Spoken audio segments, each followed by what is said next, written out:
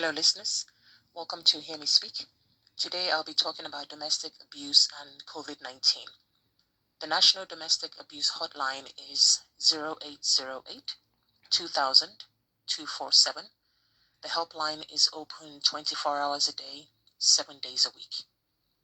Unfortunately, in areas under lockdown, quarantine, and stay-at-home orders, there has been an increase in families experiencing immense amount of stress and anxieties, which has in turn driven domestic violence cases up.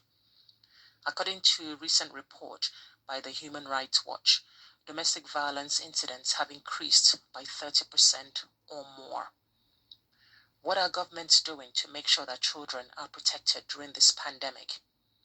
In an environment that's already laden with challenges, social distancing, economic stress, mental health concerns, and no visible outlet to channel all that pent-up emotion towards, domestic violence in the mix is like adding kerosene to a fire. Now, when that ignites, how are the vulnerable protected? How is harm mitigated? Educational institutions are also offering support to those experiencing domestic abuse by displaying the link for the National Helpline contact information, because maybe for anyone going through this trauma, their first point of contact could be their child's school to seek help from a familiar setting from people they already know. Now, in the UK, the Home Office have pledged £2 million to domestic abuse services during the coronavirus lockdown. I do wonder though, did domestic abuse suspects think that because of COVID-19 they won't be arrested, that the rule of law will not apply because we're going through a pandemic? Newsflash, people. Newsflash abusers. You will not get away with it. You will still be arrested.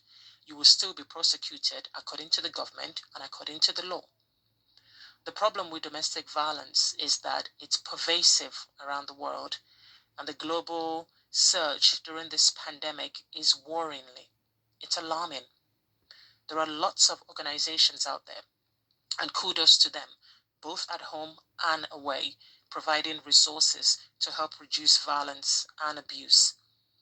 This virus is having both short-term and far-reaching implications for everyone. It has impacted health, it has impacted work, it has impacted education, relationships, births, deaths. Nowhere is safe. No one is immune. As the virus continues to spread, multiple stresses, new and old, also begins to advance gradually. And then, of course, when we talk about domestic violence, we think about the children in the mix, the most vulnerable, especially now that schools are closed and everybody is home.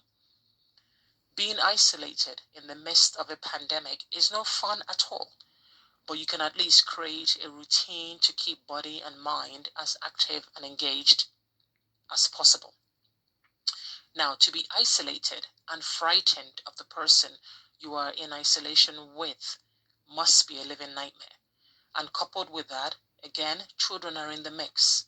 It is no way for anyone to live. They shouldn't have to see things. They shouldn't have to witness things. They shouldn't have to hear things that will be traumatic to them, to their growing up, because we don't know how far-reaching the consequences of all this will be.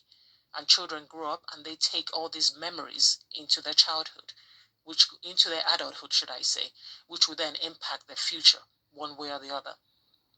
A home should be a respite, a safe haven for children and everyone in it.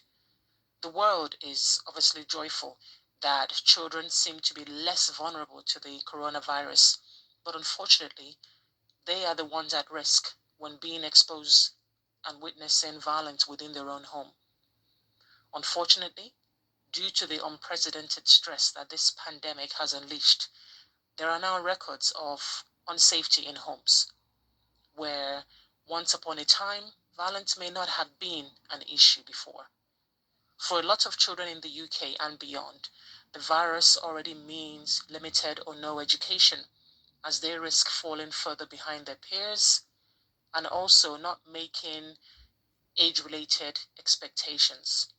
For a lot of adults in the UK and beyond, The virus already means stress related to their job loss, to isolation, to confinement, and anxieties over health and finance. All of this heighten the risk of violence within the home. And then for a number of adults in the UK and beyond, the virus is already means just further excuse for them to continue their bullying, intimidating, and coercive ways. Now these ones, they seek to harm those they perceive as vulnerable. And unfortunately, with the schools closed, we educators are less able to detect signs of ill treatment against children, and therefore we are unable to help. What we can all do as neighbors, educators, extended families, is to check in with family members and let our presence be a form of support. Social distancing, self-isolating, and quarantine doesn't negate our shared responsibility to keep families and especially children safe. We all have a part to play in making sure that children have a safe and stable environment to grow up in. No one should live in a constant state of alertness and anticipation. No one should derive pleasure from inflicting harm on somebody else. And no one should look the other way and say that they did not know. The National Domestic Hotline is 0808 2000 247. The helpline is open 24 hours a day, 7 days a week. Thanks for listening. Do subscribe to my channel and share this video. Give it a thumbs up if you will. Take care.